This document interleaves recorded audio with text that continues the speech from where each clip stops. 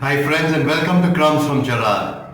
Today's Mass reading is from Matthew chapter 2 verses 13 to 18. Now when the wise men had departed, behold, an angel of the Lord appeared to Joseph in a dream and said, Rise, take the child and his mother and flee to Egypt and remain there till I tell you.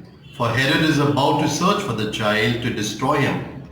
And he rose and took the child and his mother by night and departed to Egypt and remained there until the death of Herod.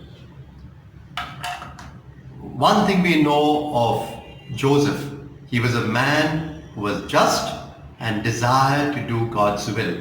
And how did God speak to him? Each one has their own special way in which they experience God's will. For Joseph it was dreams. So whether it was taking Mary to be his wife, whether it was going to Egypt in today's reading, the return journey to Egypt, or Galilee, going to Galilee.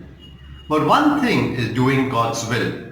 But more important is doing God's will when God tells you to do God's will.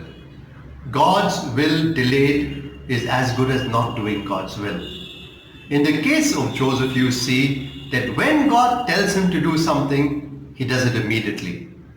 So when he is told to take Mary to be his wife, we are told he gets up and takes Mary to be his wife. Here we are told in the night he has his dream, rise, take the child and his mother and go to Egypt. He gets up immediately, and in the night we are told he takes Mary and Jesus to Egypt. Just because you're doing God's will doesn't mean it will always be easy. So here in the case of going to Egypt, first of all, it's going in the middle of the night without any notice, a difficult long journey of 120 kilometers, a tough road, new country, new people, and worse still, the angel doesn't even tell him how long, until I tell you to return. But Joseph has been told, this is the will of God and this is what I will do. Joseph does God's will immediately.